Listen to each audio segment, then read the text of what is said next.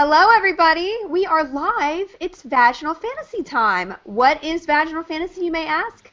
It is a book club that celebrates romantic fiction of the female protagonist persuasion. Is that specific enough? I don't know. Guys, was that a good description? Sure. Good job. I heard a lot of lady words. Up front, for those of you who don't enjoy this podcast or do enjoy it, we are moving. This is our very, very last hangout on Geek and Sundry. This is a good thing because we will be at youtube.com/vaginalfantasy from now on. So, if you like our show, please go over to that URL and subscribe, because not only will we be doing this monthly podcast, but we're going to be doing little extra videos here and there. And a whole plan will be announced on the forum later this week. So that's thumbs up. For those of you who don't enjoy us, bye. See you next Tuesday. I know what that means. Anyway. Before we get into all the specifics of discussing this month's book, A, we're all in costume. B, Veronica was not going to be here, and she's here, so round of applause. Oh, yay! Woo! I even made a little video and everything, being like, "Yo, I'm not going to be here," and then here. So it was very sweet. Yeah. But the problem is you're not drinking anything. So what we need to do before we start the proceedings is to get you drunk. Oh man, well I had a drink and a half already at the sports bar because I was watching the Giants game and I had to drown my sorrows. But I'm in a hotel. I'm here in Vegas, so I figured we could check out the mini bar. And hopefully my Wi-Fi is not too bad. I apologize if I'm all stuttery and whatnot. But let me get this thing open here. Okay, so this is one of those, like, weighted ones. So if I touch something, it's mine. So I don't know. Should I go for the... I can't even see what they are because they're all weighted and they're behind the thing. That looks like a Macallan. That's going to be expensive. I think Jenny had a good suggestion that she mentioned before we went live, that you should Indiana Jones it and find something with exact weight and try to replace it. Yeah. I don't know if I have the hand-eye coordination for that, unfortunately. Well, you know but what you could do? Just unplug the refrigerator. Then it's not connected to anything. Unplug the refrigerator. Oh, They've got Jack genius. Daniels. I think I'm going to go for Jack Daniels. Can we all get behind that? Yeah. Yeah. All right. I'm going to touch it. It's going to be mine. Here we go. I've never done this before. I'm nervous. You can do it. You can do it. You can do it. Yay! You owe $5,000. Yes. Yeah. Oh, I $5,000. can expense this, right, Felicia? Size for Dracula Mouse. Oh, that's really creepy. Oh. Thank you for sharing. Dracula Mouse. That's nice alcoholic size. What are you drinking? And then we're going to get to our guest, who I've ignored up until now, but, you know, like a host, I'm going to do that. I'm drinking a nice rosé because it matches my, well, I was supposed to be a vampire, and then I bought these 99-cent things, and then I tried to talk with them, and I look really glamorous. You look so pretty. You're so pretty. Really, Carla? Thank you, Carla. So pretty. Anyway, so whatever. I tried, and you look like a beautiful angel, Kyla Kazebee. Oh, thank you, but I'm a angel of death. And what are you drinking, Angel of Death? Oh, I am drinking. It's orange, and look, there's skulls. And it's vodka, and really, really cheap vodka that comes in the plastic jug, and it's like $10. And then those calorie-free juice things that you can buy that are fizzy. Oh, lovely. It's like mango or something. I think I screwed up. This is a single barrel. Is this going to be like $100? Did I really screw up just now? You can't possibly pay that much for. It's still Jack Daniels, even if it's single barrel. What is a single barrel? Is that better or less good than multiple barrels? I don't It sounds know. fancy. It looks fancy. Ammunition related. It sounds like you bought a gun. I just bought a gun. I'm not registered to drink this whiskey. Oh well. Okay. Well, Okay, that happened. well, you can deduct it. This is a professional expense, right? Wink. Yeah. Okay. Bonnie, what are you drinking? And then we're getting to Jenny. Drinking poison. I know what that is. And I'm also drinking it out of my alien's glass instead of a wine glass. It's actually a Riesling that I covered it with fancy Halloween wine stickers that you can change all your wine into poison or blood or other things. So I went pumpkin shopping with Veronica and I bought it at the pumpkin patch. And what is your outfit? Oh, I'm a royal pain. I'm good because the Royals are a pain in my ass right now. Yeah, me too, right? I'm being topical for Veronica for both sports and the fact that I put my back out. I have a slip disc, so I'm not going to be moving for much longer. Oh, and I have a Riesling for my mouse pirate here too. We're all drinking. We're all drinking. And to get to our guest tonight, because we didn't think Veronica was going to be joining us, and thank goodness, because now we have a quorum, Jenny Lawson at the Bloggess is here with us. Hi, Jenny. Yay! Hi, Jenny. I'm so glad to be here. I'm so excited. I think I may have taken the Vaginal Fantasy Club thing a little too literally.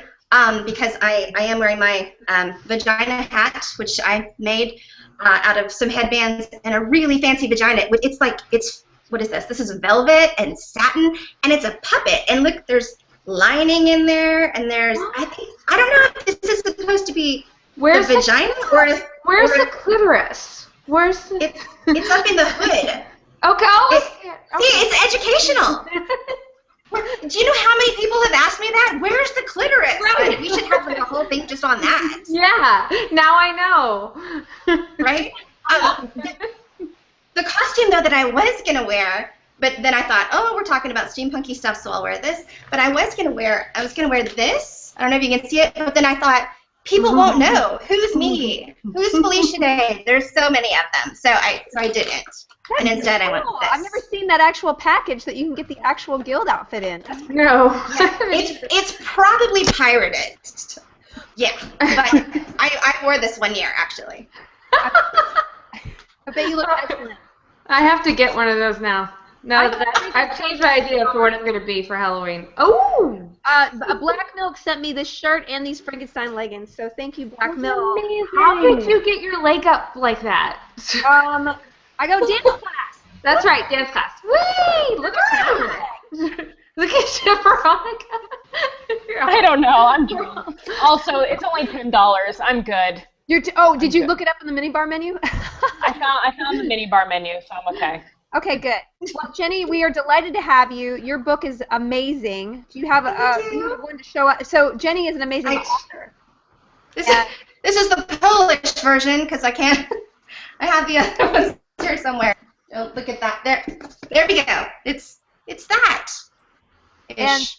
And so I don't know why Bonnie happens to have the taxidermy that's on the front of your. Let's pretend this never happened. But which one is that? Is that the Dracula one? Yeah. Oh no, this one's Hamlet. See, look, he's holding. He's like, "Alas, Yorick, I knew you well." He's got another mouse skull in his hand. You mean this one? That one. Yes. Yes. Why do you have so many stuffed mice, Bonnie? Oh, you know what? Why don't you, really? Jenny has just as many as me, so no judgment. Really? I do. I have lots of them. But does she have? Lots. Do you have the one in the little coffin that Bonnie bought while I was there? This one? Yeah. You have that one? I never thought I'd be at a place in my life where I knew more than one person with multiple stuffed mice. Yeah. Sorry, there was a lag, but I'm sure whatever that question was, the answer is probably yes. Do you have the Dracula with a coffin now? I don't, but I do have Ron Weasley and Hermione and Mad-Eye Toady, mermaids, ballerinas, tightrope walkers. Ah! I do have. Yeah, I have a lot. Okay, Jenny, I think on the side that you and I need to start a taxidermy show on our own. Yes. Together. I'm in. I think that's the most specific demographic you could probably think about for web video, so you should definitely corner that niche. Yeah. Wait, did we get to what Kyla drinking? Huge. Yes, she was drinking some kind of Tang-ish vodka situation. I'm drinking Tang. I'm in space and I'm drunk and I'm in space. Okay, we should. I'm going to try to moderate, even though I'm drinking rosé, so I'm totally drunk already. Okay, we're going to get to if you guys have comments about the book or the discussion or things that you want us to talk about during the next hour, please use the hashtag Vaginal Fantasy on Twitter. That's where we take our questions live. And if you don't want it in your public timeline, just go at Vaginal Fantasy, question, hashtag Vaginal Fantasy, because that way only people who follow the book club will see it. Pro tip.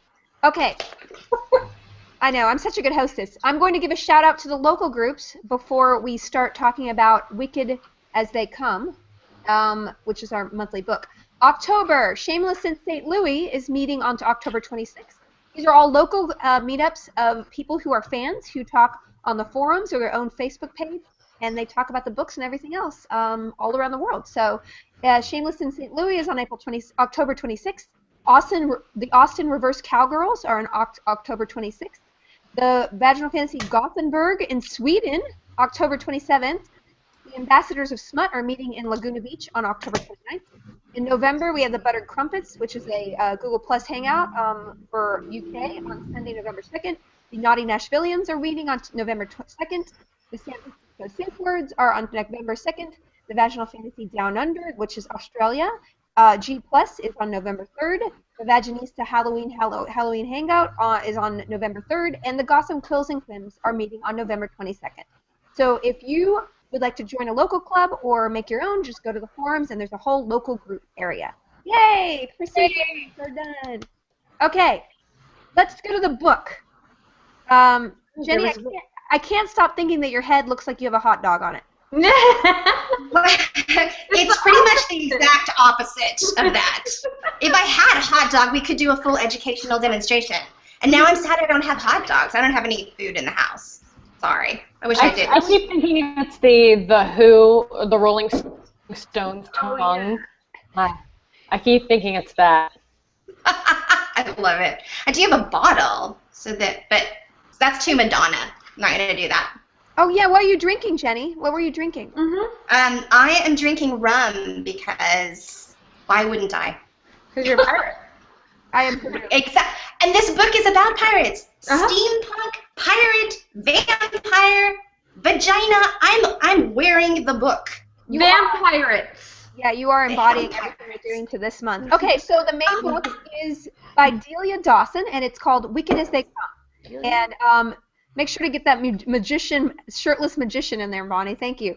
First, when Nurse Tish Everett forced open the pesky but lovely locket she found in a stay cell, she had no idea she was answering the call of Criminy Stain from the far-off land of Sang. He cast a spell for her, but when she transported right to him, she's not so sure she's ready to be under the spell of another man. It didn't go well last time with her controlling, abusive, domineering Jeff. I'm just drinking right now. We're going to. If only Criminy wasn't so deliciously rakish. Half the inhabitants are Sang are pinkies, humans, and the other half are bloodmen, who in Tish's world will be called vampires. But don't mess with any of these bat coffin, no sunlight nonsense. They're rather like you and me, just more fabulous, long-living, and mostly indestructible. But when the evil mayor of Manchester redoubles his efforts to rid Sang of the bloodmen once and for all, stealing Tish's lockets in hope of traveling back to her world himself, Criminy and Tish must battle ghosts, sea monsters, wayward submarines, a secret cabal, blood mares, to get the locket back and allow Tish to return home. But should she stay in Sang forever? Okay, that's the book. And the theme this month was Supernatural Gumbo, Monster Mash, because it's basically everything in here. So, who wants to kick it off? Kyla, I'm picking on you. Oh my god. Okay. Well, actually, I really liked it. Again, this is like the 18th book in a row that I've enjoyed, I think. So we're on a roll. I really, once I realized that it was the book and that it wasn't the alt book, I realized that I was reading the right book finally. Anyways, and I loved it. I loved the blood bunnies especially because Bunnicula, duh. I thought it was also a pretty sexy book.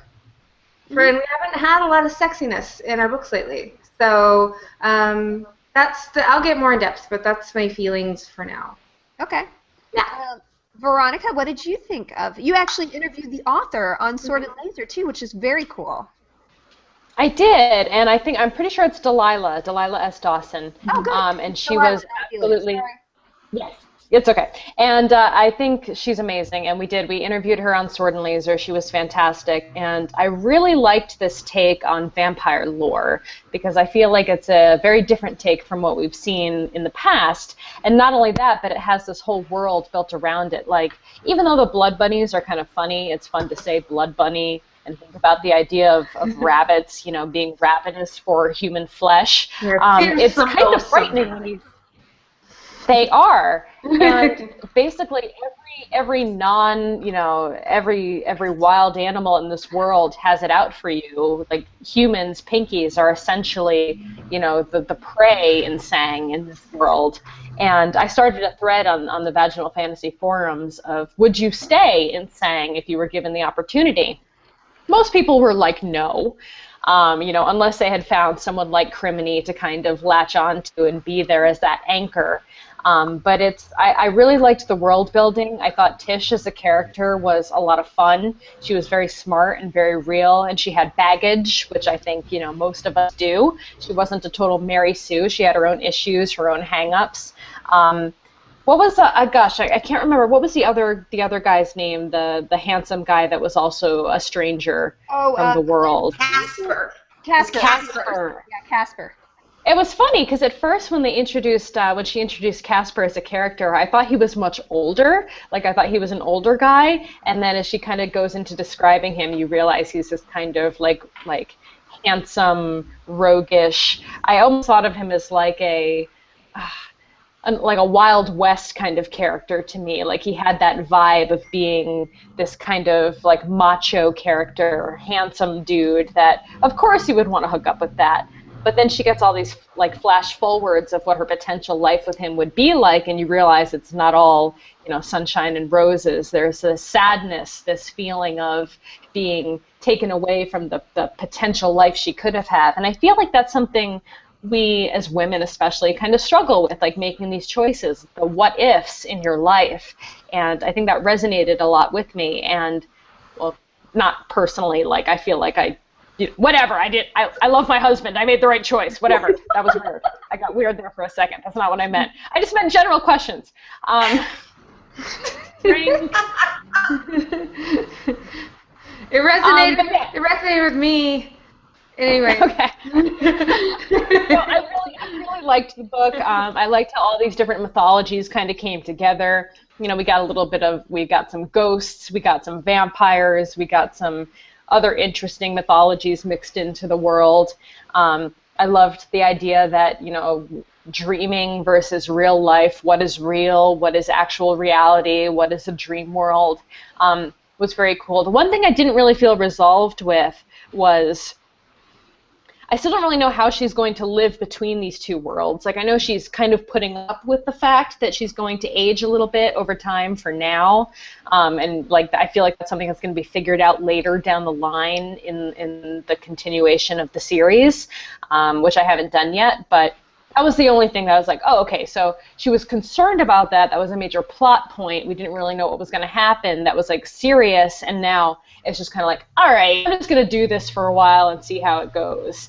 So that was definitely a little bit of a cliffhanger. But otherwise, I thought it was a really fun read, and there's a lot of humor in it, and I really enjoyed it.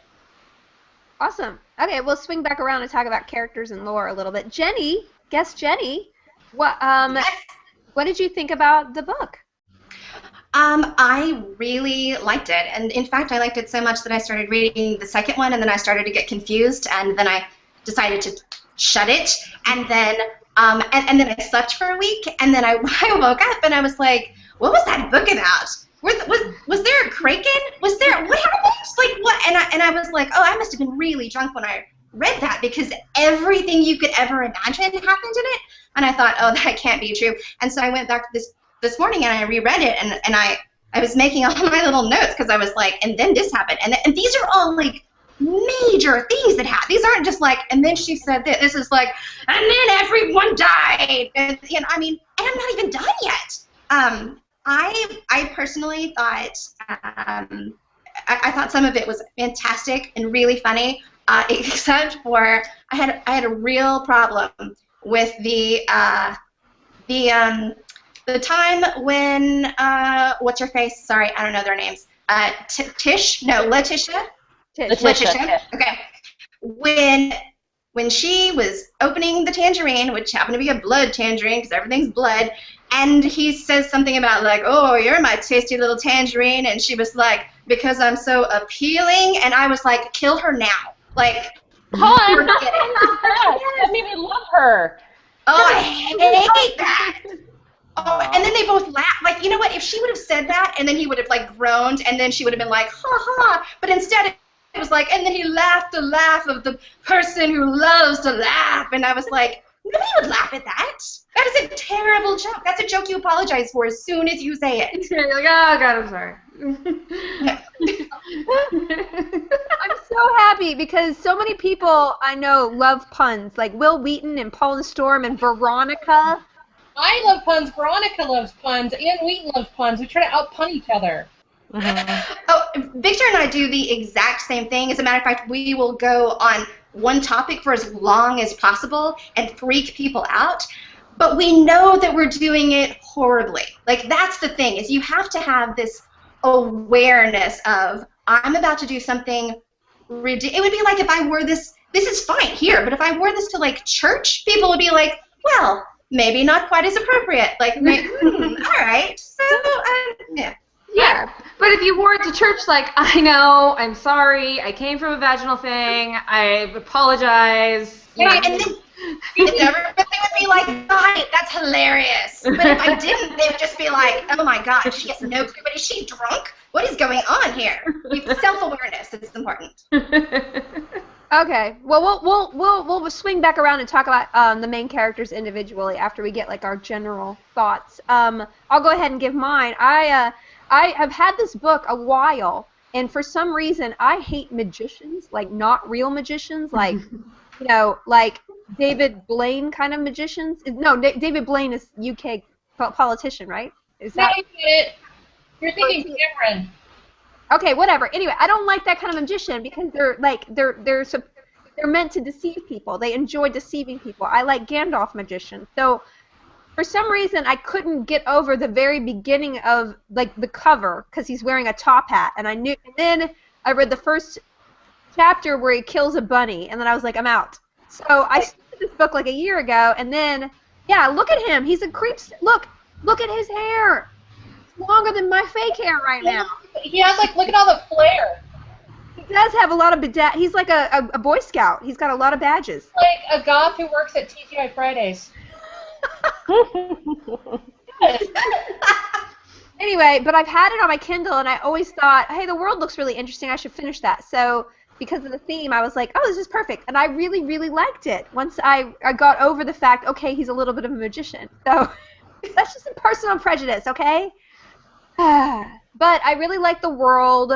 It's one of those things where it just throws everything in the pot and has so much fun. And at a certain point, even Criminy says, we just go exploring and figure it out. And I was like, oh, that's kind of the best of a book. Like, let's just go exploring.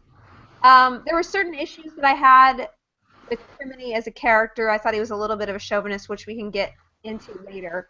But overall, I thought it grew on me. And overall, I really liked the world and thought it was super fun, and I'd like to read more in it because even though it's kind of ridiculous that every animal is a blood animal and vampiric and like blood otters and blood pigeons and everything, it's hilarious. Blood otters. Everything wants your blood. Everything wants your blood, and I'm like blood kitties and blood animal, just everything. Which I thought was kind of, but you go with it and you're like, yeah, this is crazy, but I kind of like it. Anyway, Bonnie. Last overall thoughts. Yeah, I mean, it seemed like there were a lot of blood everythings, which was hilarious. I mean, I'm glad there was diversity, so there's that. Yeah, I try not to judge a book by its cover, but every once in a while I would read a passage that was supposed to be super sexual, and then I'd look at the cover and giggle because the guy looks like such a dork. Yeah. And I don't like Las Vegas style magicians, and that's what this guy reminds me of. I like I like my magicians to be old and beardy. You like wizards. I don't like my magicians to look like their 80s Chippendale dancers. It's You know different. what I mean? Like, and the top hat is, please, like, seriously? That's so, like, hipsters don't even wear top hats. Like, I don't. Yes, they do. I saw one in Silver Lake the other day. Are They you do. serious? They do. They're all over Portland. That just makes it worse. And then I don't know. So it was really hard for me to watch, like, to take this book too seriously because of the cover. So I just tried to pretend the cover didn't exist and enjoy the sex parts because there was a lot of really good sex parts. We'll get into that later because I don't really think blood-stained teeth should be ever described like it was in this book. But, yeah, no, I liked it. I thought it was fine. Like, I want to read more and give it more of a chance because sometimes the first book doesn't really do a whole series justice. And I really like the author. I like her personality and I like her style of writing, so I want to keep reading it. So I definitely like the world building. Some of the characters were a little grating, but not too bad. And I do like the world building. I do like I said, I did like the sex scenes. But there was some kind of silly stuff in there too. So I don't want to take over the whole thing. My initial thoughts were I like it. I will keep reading this series. Double points for Blood Bunnies, but I have to take some points off because I kept calling the guy Criminy. And I kept Why? hearing it in my brain. Not the only one. A bunch of people in the forums did too. I know, but I kept, because the way it was spelled, I kept hearing it like my grandmother would say it, like when she... Criminy. Yeah. Instead of using a curse word, she'd just say, Criminy! So I saw his name, I heard it in my grandmother's voice, which took away the sexual part quite a bit. I kept thinking of like Jiminy Cricket, like Mini Jiminy. Which is That's also not sexy. Which is also not sexy. That's not sexy. No. I kind of liked how like I don't know. Sometimes I don't like it when main lead characters are like overtly sexual or flirtatious and like over the top. But maybe it was because I was thinking of him talking in like a British accent. It was kind of charming in its like over the topness. Yeah, I think maybe So I don't want to jump ahead. I probably give too much credence to character names. That's probably from my past of really caring about like Shakespeare and Dickens, and where I thought it has to have like a hidden meaning in the name. And so, Criminy, whatever. It's kind of like our last book we read, where the main guy character's name was Crest, and I kept thinking Colgate. It's just you got to be careful how you name your characters because if your readers are thinking the exact opposite of sexy, and you want the character to be sexy, then. That's why you like Benedict Cumberbatch so much, because he sounds like a Dickens character. Yes, that's all. It's like Cumberpatch. So does Tom Hiddleston. Pot's coming bucket. Tom Hiddleston sounds like Dickens too. They all do. It's like, right. Yeah. Well, I think the consensus in the forum was overall really positive. A lot of people, like Laura said, it was. I enjoyed the world building more than the characters, which I think everybody. The number one comment was how much everyone loved the world building and wanted to read more books in it.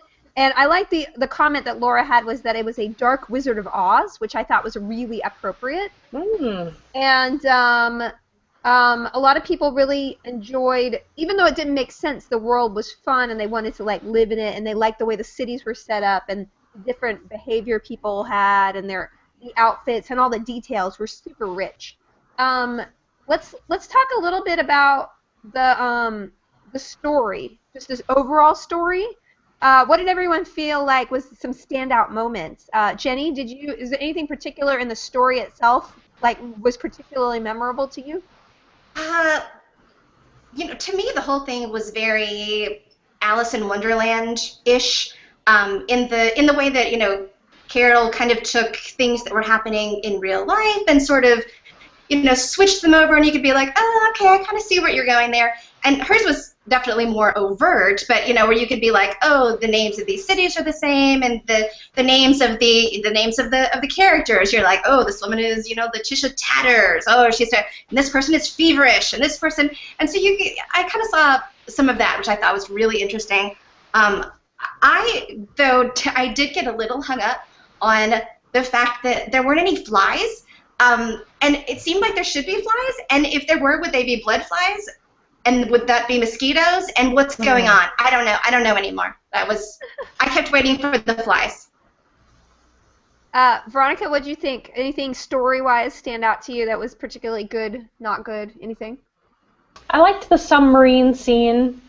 I enjoyed that. I liked the little ghost side story, that whole section. Yeah, I did too. About That the one book. was really great, yeah.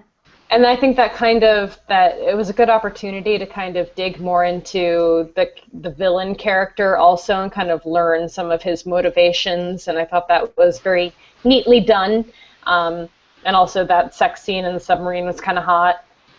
So yeah, I think that center part of the story kind of stood out for me. I always like when the heroine comes into her own abilities, kind of learns what's up with her. So when she could figure out that she could touch people and see a little glimpse of their future. Was that what it was called? Was it what was the Glancing. Glancing. I said glimpse, but I meant glancing. I always think that's fun because that's always the kind of moment where you're like, I wish I could do that. I wish I had an ability like that, and you can kind of live vicariously a little bit through the character. So yeah, those are probably some of my favorite moments. And then I felt a very visceral satisfaction in the idea of punting blood bunnies like that. Like I can almost sense the feeling of like their little bodies, like your foot just kicking them, and like what that would feel like. Because don't you ever want to just pick pigeons?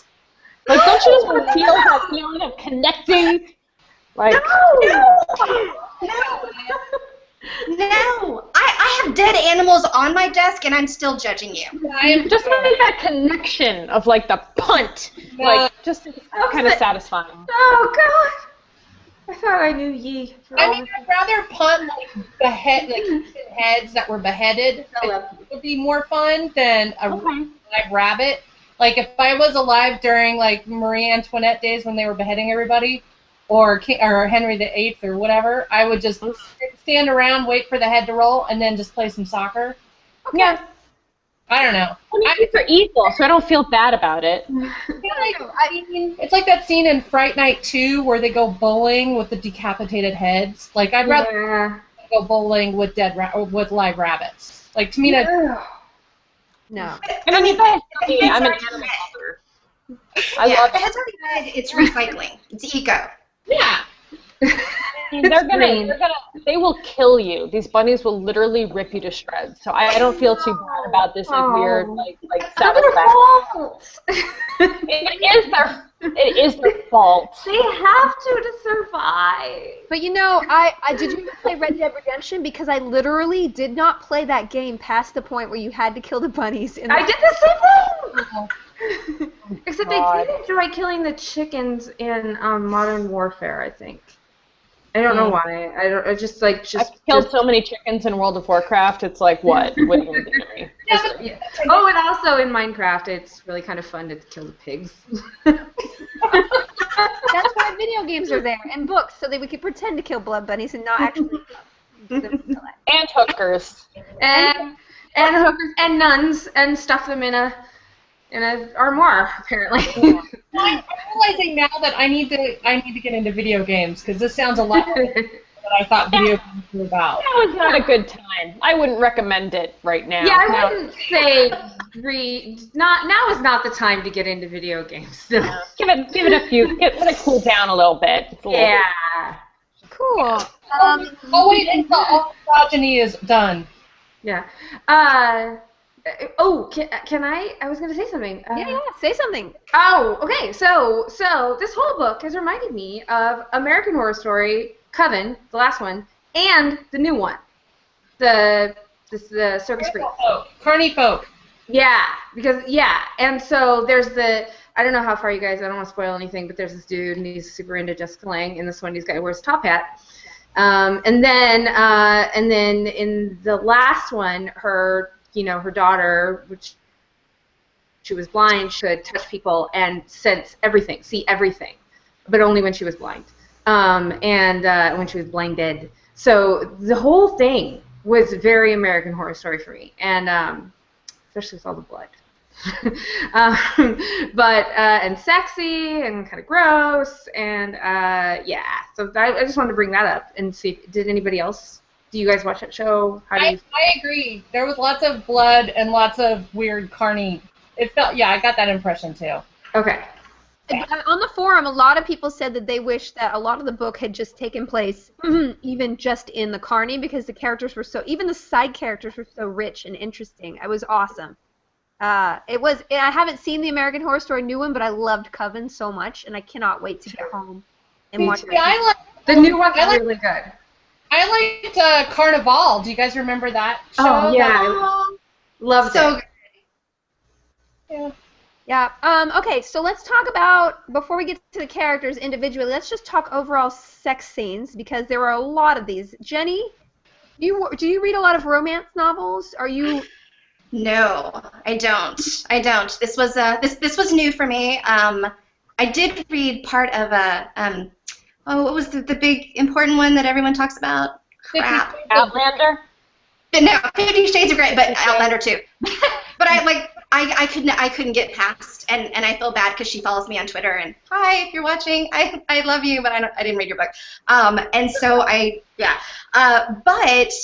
I really liked this one, and I really got into it. I thought the sex scenes were really well done, and I was impressed with not only with the writing, but also with the vocabulary, because I thought that she would have to eventually use some really ridiculous terms, and I didn't see that. I was pretty impressed. Was it embarrassing to read so from kind of a novice perspective on sex scenes, because I would grade these on a steamy meter about, I don't know, what do you guys think? Like a B, or if 1 is like, whoa, I can't read this because it's too racy, and 10 is just like a chaste kiss, I would put this at like a 4. Yeah. Yeah, it was. I mean, I even asked Delilah. It was like, because I interviewed her before I read the book, and I was like, so what am I in for? How many sexy times am I looking at here? And she was like, there's like two pretty big sex scenes, and I was like, okay, that's better than a lot of the books we've read. And I thought they were quality scenes. They were like not trashy. They were pretty, I felt fulfilled. I guess that was weird again. But like, it wasn't like an Iron Duke. It wasn't like Kushiel's Dart. It was definitely lower on that totem pole. But I think the rest of the story kind of totem pole. But it wasn't that kind of book. Like, it wasn't a book that I'm going to pick up to be like, I'm going to get hot and steamy right now. It wasn't like a Cthulhu erotica or anything. Yeah. Well, there's very few books that are as good as Cthulhu erotica on the right. Mm-hmm. I think Bonnie and I are the only people on the planet who probably maybe think that. But. I do want to say about the sex scenes, if you want to find out some of the better quotes from the book, we have a follower that is a Vaginal Fantasy follower named Adrienne Jones. Her screen name on Twitter is HeyAJ74, and I just tweeted one of her many tweets that she goes through the books that we're reading and basically picks out the steamiest quotes, like the steamiest scenes, and tweets them. And the hashtag Vaginal Fantasy, so you can find them pretty easily. And while we're reading these books, a lot of times I'll retweet her on the Vaginal Fantasy Twitter to get people kind of excited that there's sex scenes in these books. And she went to town. She had a lot of tweets for this book, and that's a good reference, kind of an indicator of how many scenes were like, oh my, and there were some that I didn't want to retweet because I was like, that's a little too sexy. That's a little too sexy for our Twitter. So, I mean, I was impressed with the level of description of totem poles, if you will. Thanks for laughing. I liked the glove line. You'll have to throw that glove out now. I might just frame it instead. Yeah. That was hot. Yeah, well, okay. So there were there's 3 main steamy scenes. There's the one on the submarine, which is like, submarine sex is like, wow, everyone should do that. That was a great scene. And then there was the scene where she was invisible, which I thought was the coolest, because I've never read anything like that. And so basically he's having sex with her, and she's an invisible person, which I thought was really cool. And her comments about not being afraid of her body and being comfortable with herself, I thought that was the most imaginative and coolest one. The one that caused a lot of controversy on the forum was when he kills a stag, a blood stag, by the way, so self-defense, and then they have sex against a tree, and there's blood everywhere, and there's blood on his teeth, and a lot of people were not into it. And I don't know how you guys thought, but I was not so much into it. Well, you know, I really think that invisible sex is the same thing as sex in the dark, right? Yeah. Can we? You're not invisible. Come on, that shit was pretty visceral. Like, to have, like, you know, post life-saving stag mauling, like that is like really getting to the core of our animal human natures of like he saved her, like they survived together. It was like life affirming, you know, blood. It was hot, man. I don't know what you guys are talking about. I thought that was awesome. It was. Have you guys watched Sons of Anarchy? Yeah. Okay, well, I'm not going to spoil anything by saying in the first season, they have sex right after he kills the guy who's stalking her. Well, he's still dying. That was a freaking spoilerific, like, wow, Kyla, thanks a lot. The show has been out for like 10 years. I can't keep it to myself anymore, okay? I feel like that show is very Shakespearean in a way. Spoiler alert, Battlestar Galactica. The scene is totally like I don't know. You know, the one part of the book I enjoyed was the tree sex, because it's really uncomfortable to have sex up against a tree because of the bark, and then there's termites, and then there's bugs, and then there's dirt, and then you get splinters in your butt. Not to mention any like white, like oversexed squirrel or blood squirrel that blood squirrel. And it just seems like. It's just too dirty. It is like legit uncomfortable to have sex anywhere but your goddamn bed. Like, let's just put that out there. Yeah. Like the beach. Places you can have sex in the outdoors and be okay. I like a nice meadow, maybe some flowers, fresh cut grass. Yeah, a meadow with an air mattress, maybe. Yeah, with a lot of blankets. Yeah, the one time I did that, I have a scar on my spine, literally, from the one time I thought that was a good idea. So let's just put that out there, okay? Sex is a bad idea. Beach sex is a natural exfoliant, so if you have dry skin on your butt, I highly recommend having beach sex. However, tree sex, it's a bad move, and I just feel like you're going to get termites and bugs where you don't want them. Okay. No. A lot of people on Twitter are quoting the grossest moment in Wicked As They Come. Josh Mack is linking splitting me like a ripe plum, juicy, ready to burst. Since when did you guys get so prudish? What is up with this? When did this happen? I don't like the term splitting. It reminds me of like Henry Miller's sex descriptions, which were never sexy to me. Yeah. You know what I mean? They were always about like the womb. And imagine that. Splitting like a plum. Maybe it was a pineapple. Isn't it appealing to you? Plums are like little butts. So maybe that's why people don't like the plum term, because they look like tiny little purple butts. Yeah. Did I just say plums for everybody? They do like little purple butts. Yeah. And peaches look like pink butts. Actually, I think you're turning me around on this whole plum thing. Now that I have their little butts. Tiny little Yes, I mean, like, nom, nom, nom, nom, nom, nom. What is wrong with me tonight? No, I don't know what's wrong with you. I said like 19 very inappropriate things. Oh, no. Regret. Look at the mini bar regret. Oh, mini bar regret. It's true. Lady Gee on Twitter points out that Criminy, all the blood people, all the vampires, have black scaled hands with claws, and that grosses a bunch of people out. I don't know.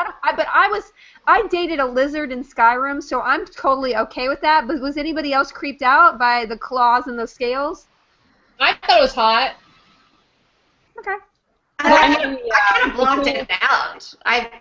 Honestly, the only part that I was concerned about was like the whole submarine thing. I was expecting tentacle porn. Like I kept waiting for like, hey there, and a tentacle to just come in and be like, can I join you? That's what I was expecting. Yeah, and then I say problem. And you're like, pointed, there wasn't.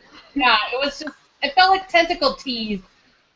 Yes. Is that a genre? Tentacle tease? That needs to be a genre. Tentacle tease is the name of my. What are we going for? Is the name of your genre of porn that you like to look at? Cover band. Twitter, take it away. Twitter, you do it. Tentacle tease is the name of my blank cover band. Let's go. I also sort of blacked out with. I didn't think about the hands, but I thought about it once in that I knew that you, Felicia, and you, Veronica, both were into Garrus, right? No. Yeah. Thane. Never. Thane! And What do you mean not Garrus? What do you mean not Garrus? I thought we were on Team Garrus. I thought you were both on Team Garrus. I thought you were Team Thane forever. My heart is broken forever by Mass Effect. Thank you, Mass Effect. All right. Well, I'm all about. I can go both ways, but I'm definitely more Team Garrus. Thane is fine, but Garrus is where it's at. I tried to romance the shit out of him. So I figured you guys would be fine with it. It was a little beaky for me, Garrus. I like a big nose on a man. I don't. Even if it's a beak. I've noticed that a lot of our Twitter comments are very excited that we're talking about personal sex stories in scars and various scars. But I'm curious, because this was a question that came up over and over in the forums, but what does it take for a main character like Criminy to actually be sexy, to be swoon-worthy for us? I feel like we each have our own different idea of what we like, so that's kind of a weird question. But what could be what could be improved on him that would make us swoon over him, aside from get rid of Top Hat and TGI Friday Flare? That's a little bit of a transition into talking about the characters, which was next anyway, because that's a great segue, because he was very divisive on the forums. A lot of people loved him, and a lot of people were like, hey, creepo. So I think that he was divisive in that basically the locket was put in the real world to draw his true love to him in this other world. And basically his attitude the whole time was like, well, the locket says you're mine kind of thing. Not in a kind of overt way, but he kind of assumed, hey, you're here for me, aren't you? And that was kind of a point of tension throughout the book, and some people reacted not well to that, and some people thought it was fine. So that's something we could discuss. It's just about his character too. Like, was he too glib with her? What did you guys think about his attitude toward her and his character? I thought part of me thought that it wasn't even really happening, and I thought that it was part of her subconscious. So I thought it was kind of just a fantasy. I didn't take it to... A lot of people said in the forums that it reminded them of Labyrinth, which it also reminded me of the same saying, like, come to my thing, and I'm going to do some stuff to you, whatever. When you're old enough. I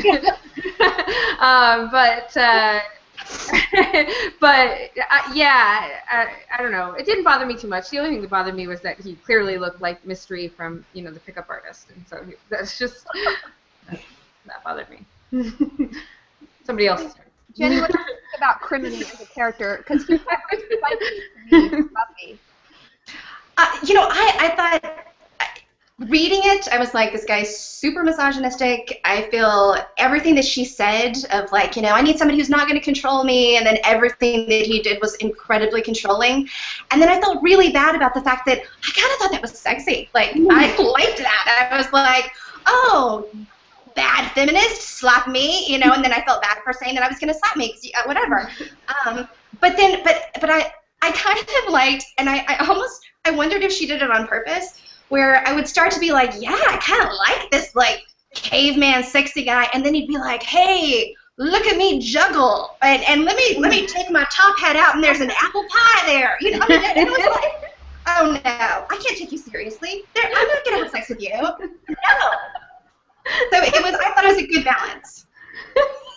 It's a Spoiler alert! Spoiler alert! There's pie under the hat. Not this hat. This hat is pie. Anyway. Yeah.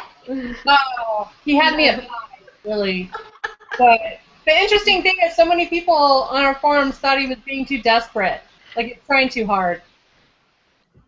Do you guys think he was? Yes. I thought he was trying too hard, and I found him, because I really loved the way Tish was set up with this. She was getting over this horrible relationship, and I thought the way that relationship, the old relationship with Jeff, was described was so detailed and personal, and really settled her into a place where you felt like she's been in a bad relationship. She doesn't want to get into another one, and it was very real. And the fact that she's sort of drawn here, and the guys, I mean, just imagine a scenario where you're like, somebody sends you an email and it's like, hey, you're meant to be with this person. No matter what you think, and of course, whether that person was really attractive or not, I would always be like, I'm not going to be into you. I'm not going to have somebody else tell me if I'm in you or not. So I don't know. Okay. Yeah, go. But what if a good friend of yours, and this is a totally different topic, is like, I met this guy, I think he's really good for you, he's got a huge crush on you, you should totally meet him.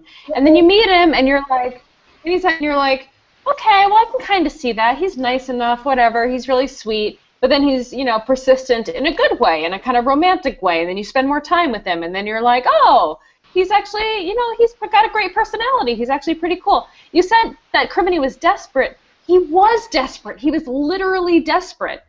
And, that kind of came across, but at the same time, he gave her the option. He's like, listen, if you want to go, you have the ability to go. You can go right now and never come back, and I totally get that. And she made the choice. She had the visions. She had the total, free will to turn her back on Sang and never come back and go back to her normal life. She was in no way, after the initial being brought to Sang, she was in no way coerced into kind of staying there. That's true. That's true. There was only one scene where I was like, you're a dick. And it was the scene, I don't know if you guys remember this, when they went into town, and he's having lunch with his friend Antonin, and he says, he first of all, he bleeds her without her permission. He just takes her in a place and is like, hey, you owe 4 pints of blood. And she's like hooked up to an IV and like, what? What'd you do? So that kind of pissed me off. And then she goes to, they're having tea, and she's just kind of watching these two guys have tea, and they're laughing at her for getting her feelings hurt and being angry at being kind of towed around. And that one pissed me off until they had submarine sex, and then I was like, okay, I like you again. That too kind of struck with me because it felt kind of out of place. I think that was one of the scenes where I thought that he was doing that for a reason, and I don't know if I ever felt like that reason was answered in my mind. So I think maybe I forgot about it, but at the time I was like, oh, there must be a reason why he's being kind of a dick to her right now, but I don't know if that was ever resolved. I agree. I don't think it was. The same way, but there's one point where he kind of roofies her, and that's maybe not the best word for it, but he's like, hey, slip something in your drink and it's to save you and everything, but I'm not going to tell you because you freak out and everything. But I'd be super freaked out if somebody did that. And there was at that point I kind of thought, oh, that's no. I'm going to say no to that. Also, someone is smoking pot next door to me right now. What's wrong? It smells like weed in here all of a sudden, really weird. strong. That's weird, Veronica. That's weird. He who smelt it dealt it. Yeah. You have seen me sitting here for the last hour. Clearly I don't have pot I can see your hands. I don't know what you're doing. Okay.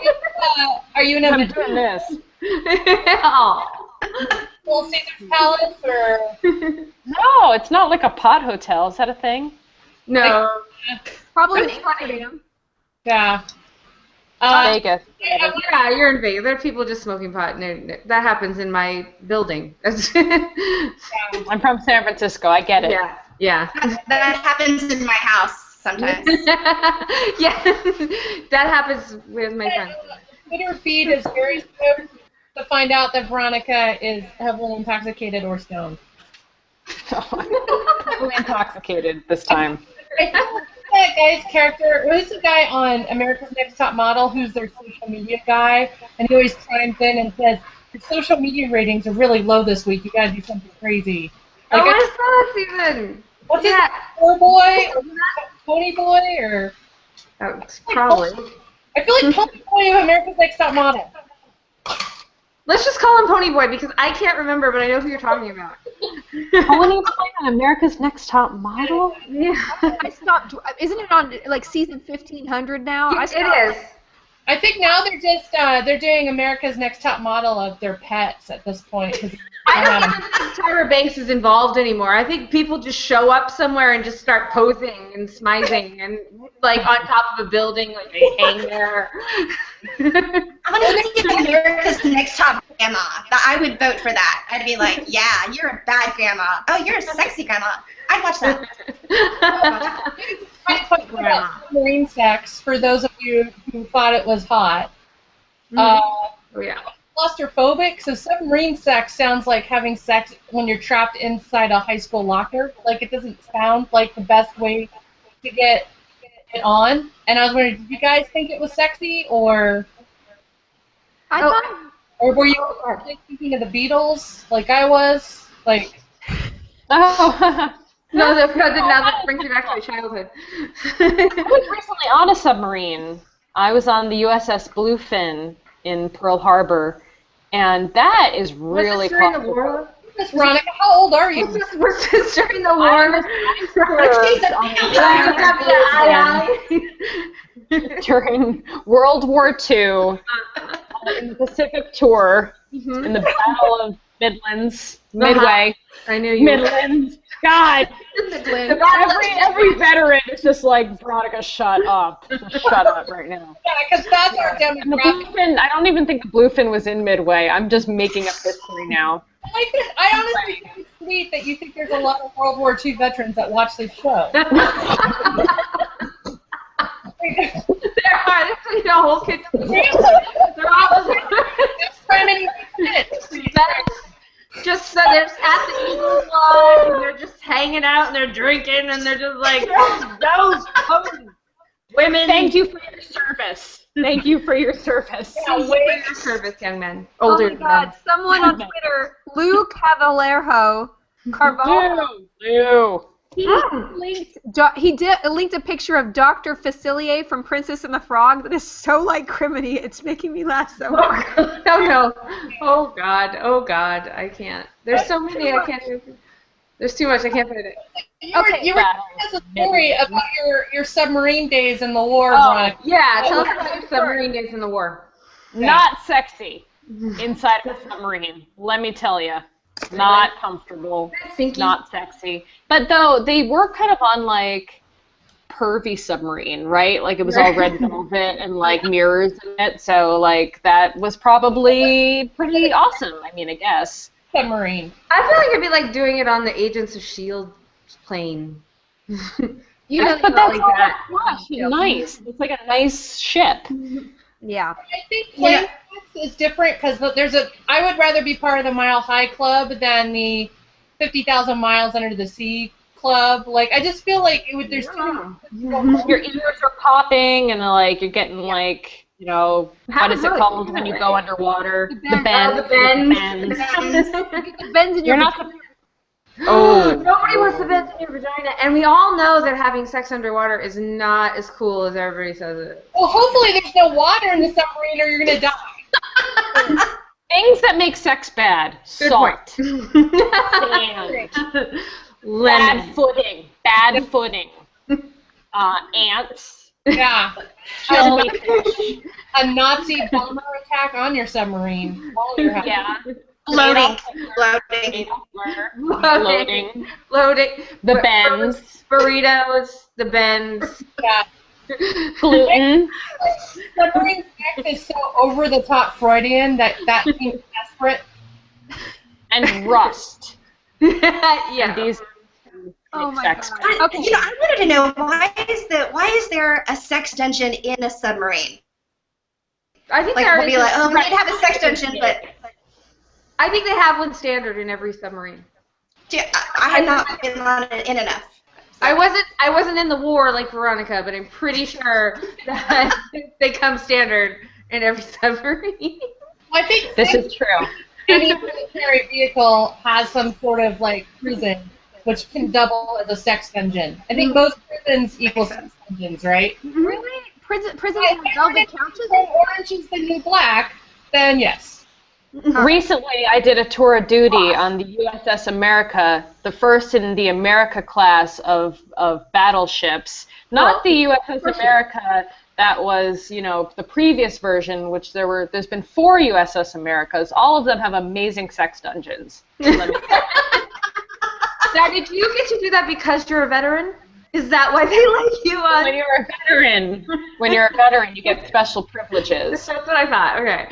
Do you Yelp them? Do you Yelp out your reviews of these submarine sex dungeons? Is that... No, these are highly classified sex dungeons. So you don't just write Yelp reviews about No. All right. These are That all explains it. confidential, blacked out paper reviews. They're redacted. Redacted. And she grabbed his redacted. Redacted. Funny. Yeah. It makes so much. Okay. Okay. I had a comment. Let's get our last couple questions out before we have to end. One thing I wanted to bring up from the forums, and then we had 3 questions from the forums of us that are very good. Okay. Last thing for the book. What about her drugging her cancer grandma? Was it with this?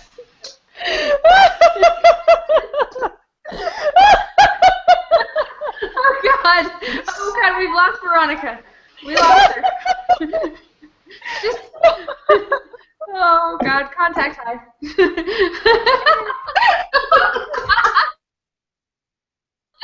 Start to be part of the drinking game. Cancer grandma. I mean, it's not so bad because I kind of thought, hey, that's not cool. And then I was like, well, if I was cancer grandma, I wouldn't be drugged.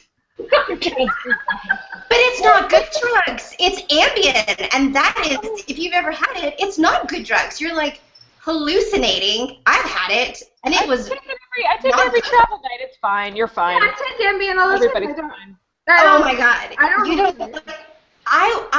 They thought I had a stroke. Like they found me in a closet, and I thought I could see through paper. Like I ended up having to go to a sleep study. It was like seriously, and people think that they don't tell you because everybody else doesn't have that. But let me tell you, there's gonna be like probably 1,000 people on Twitter who are like, "Oh, that happened to me." Do not take Ambien. Ambien is the drug.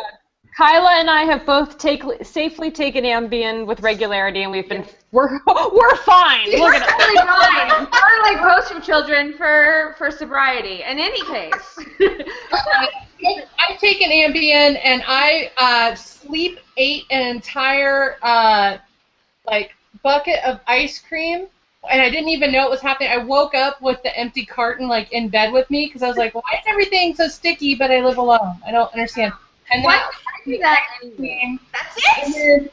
I realized I had all these bruises on me, and I thought because immediately I think alien abduction, because that's the most logical reason. But it was me going up and down the stairs and falling on Ambien, because I didn't know until I had a friend stay with me, and she said, "Why did you keep going up and down the stairs last night and falling?"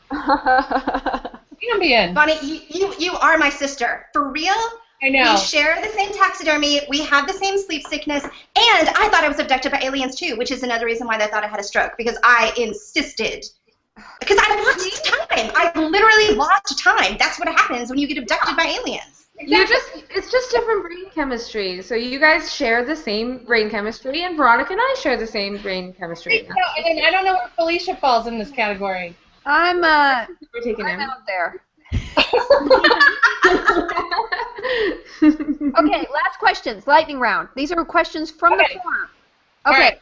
If Criminy and Letitia were gender swapped, would the female version of Criminy change your view of the dynamics in the relationship? Would she still be creepy and controlling for summoning her true love? Or is that not even creepy at all? Good question. Is she still a juggler? Yeah, it's just If silly she's a magician. Okay, gotta so have standards. super sexist and say it's fine because I think female magicians are hot. And they don't have No magicians are hot. No magicians are ever hot. No Let's just put jugglers. that out there. Jugglers Magicians generally are are not. hilarious. I don't know, but someone on our Twitter feed was saying that they thought the main Letitia, whatever, was super manipulative. So if it was swapped, would that still apply? Like if the genders were swapped, I guess she'd still be manipulative, right? Not desperate? I don't know. That's a hard question. I know it is an interesting question because I agree because if it was swapped, I think we would write the woman much more gentle and more relatable and be in her head more, and maybe Crimini's actions, if we saw his point of view more, maybe it would just be a desperate person who's lived for 100 years who just wants his true love. Yeah. I don't know. Okay, good question. Moving on. Amanda asks, what clockwork animal would you want to serve and guard you? Oh, that was a good one because Crimini has a monkey that turns into a disco ball. It's true. And then Letitia has a snake. All right, so what would you have, Felicia? I would want a hummingbird that could jab people in the eyeball with a poisoned dart. Oh, this is a good question. Yeah, it's good. Thank you, Amanda. I would want an owl that became life-size and could eat people the way that they eat mice. In human size? Human size? Human-size owl. Oh. But it did not. But it was just regular. But then it would become human-size when there was a threat. Right. So you would like owl, like Voltron owl. Yeah. Like, oh, be the owl. How does the conservation of mass work in that instance? I don't know, but it's magic. Magic. It's magic. The way that I want something slinky. I want like a ferret or like something slinky that's kind of like, can crawl up my arm and sit on my shoulder and then slink through holes and walls and under doors and do spying and then bite people in the ankles like and a mink. do like a mink, a mink or a weasel or something fun that smells kind of musky and is like and like that. Don't you like how ferrets smell? The ferret musk? It's kind of gross, but I also kind of like it. Yeah, I do too. It's like how I kind of like the fishy cat breath. I don't know. Honestly, yeah, I like this idea of a clockwork Rikki Tikki Tavi for you. I think that. I like cheese that literally feels like it's peeling the top of my tongue off. It's so stinky. Yes. That was nice. I like the smell when you sneeze and you can smell the smell of the sneeze on your hand afterwards. Yeah. No. I like the smell of gasoline. What? I like the smell of bus exhaust. Yeah. Okay. Sorry. I like the smell of my dog's breath. I like my dog's breath smell. I like it. I like the smell of when I stick my head in the oven, Sylvia Plath. I love that poem of hers. I love it. Right, Jenny.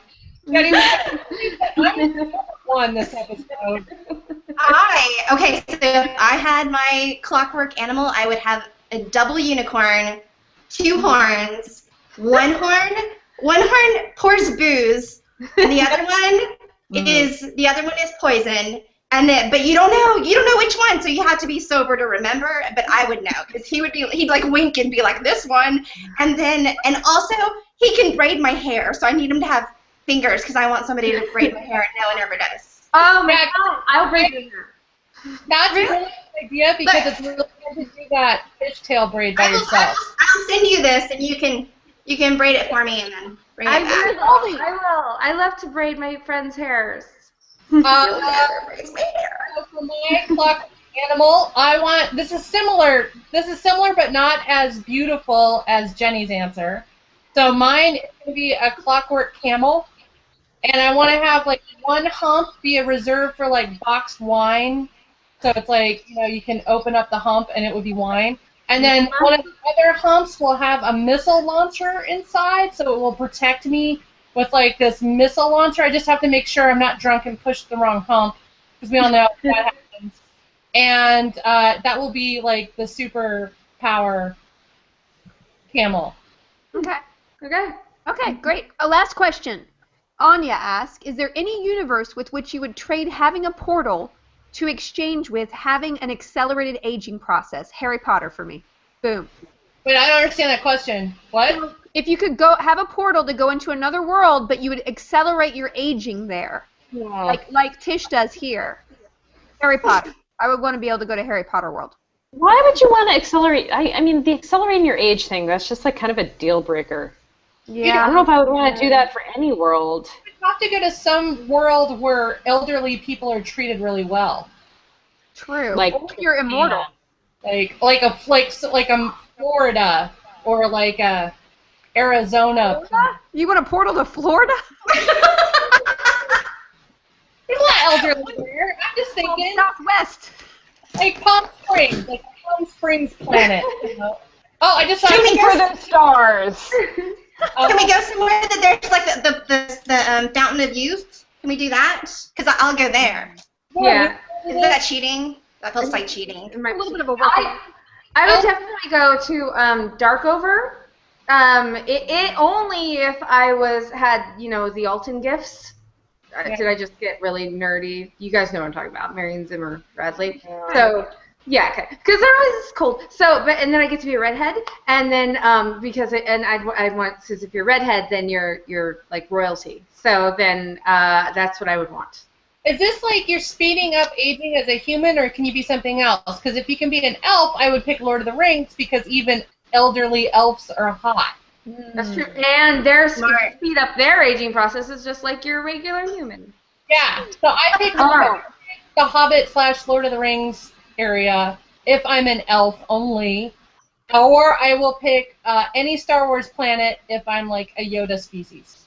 Okay, good. I would choose the USS Bowfin, because that was the submarine I meant, not the Bowfish, which I may have said because I'm drunk. Thank you.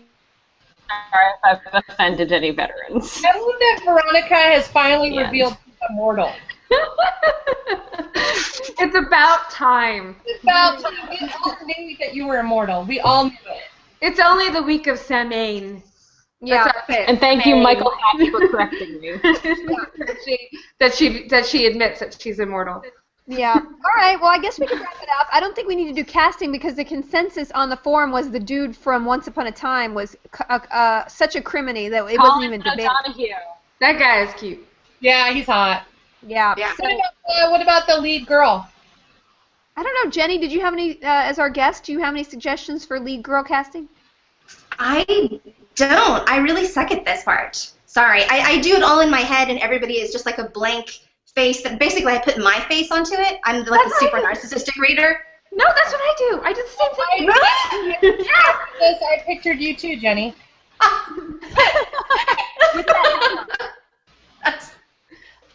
Okay. Well, thank you for joining us today. The alt book Kiss of Steel by Beck McMaster was very well received on the forum. So if you want to go discuss it. Do you want to see the cover? That's the cover of it. Oh yeah. It kind of, that looks also like Goth Fridays. Yeah. It was very well. It was steampunk vampires again. Very well received. And just a last reminder: this is the last time that Vaginal Fantasy will be on Geek and Sundry, the domain. You can still follow Geek and Sundry on Twitter, and then it will announce us. But all our videos are going to be on youtube.com/vaginalfantasy, and we discuss all the books on goodreads.com/vaginalfantasy during the year. Please subscribe to the new channel, because not only will the Hangouts be there, but we're going to be doing extra videos. We're going to be trying to, once a month, one of us reviewing the alt in a little video, and if we have more time, maybe some more stuff, and we got lots of exciting things coming up, so please support us by subscribing to that channel, and we appreciate it. Okay, our theme next month. Oh, and thank you, Jenny Lawson. Yay! Yay! Thank you, Jenny. Thank you for having me. It was so fun. Good. Can you talk a little bit more about your book and show everybody the cover again in case they haven't read it? It's a brilliant memoir. It is highly irreverent and will probably offend you. It's called Let's Pretend This Never Happened. And I'm working on number 2 right now, and I'm a year behind. But It's gonna happen. It's gonna happen. I'm gonna finish number 2 eventually. I swear. Just stick with me. I will wait for that because it was a great memoir. Okay, next month's theme is superheroes. So the 2 books that we are going to read our main is Mind Games by Carolyn Kane, and our alt book will be Karma Girl by Jennifer Estep. So in order to discuss those books, please go to goodreads.com/vaginalfantasy. And we may, I believe, be launching our podcast this month. So please stay tuned to our Twitter and our YouTube account for more information. But it will be sooner than later that we will be expanding to another platform as well as this. So thanks for being along the ride. This is our 34th hangout. Hey! We're almost at 3 years. That's almost 3 years. Oh my god. Yeah, and that's a creepy, creepy doll. Okay. Okay. Thanks a lot, guys. See you next month. Bye! Bye. Bye!